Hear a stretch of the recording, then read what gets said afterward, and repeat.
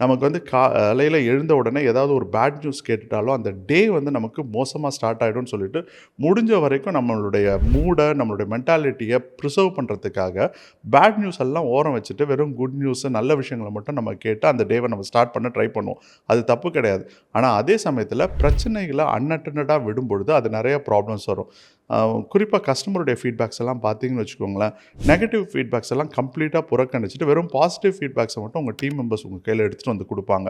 இதுவும் இந்த மாரியான ப்ராப்ளம்ஸ கிரியேட் பண்ணும். இதுவும் வந்து ஐசோலேஷனுடைய ஒரு விதமான நிலைமை.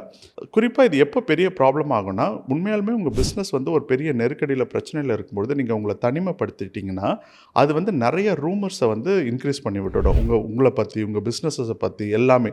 ஸோ, எப்பவுமே நீங்க உங்களுடைய மார்க்கெட்டோட, உங்களுடைய இன்வெஸ்டர்ஸோட, உங்களுடைய டீமோட, உங்களுடைய கஸ்டமர்ஸோட கனெக்டடா இருக்கிறது ரொம்ப முக்கியம். எஸ்பெஷலி பிரச்சனைகள் அதிகமா இருக்கும்போது, you should be more connected.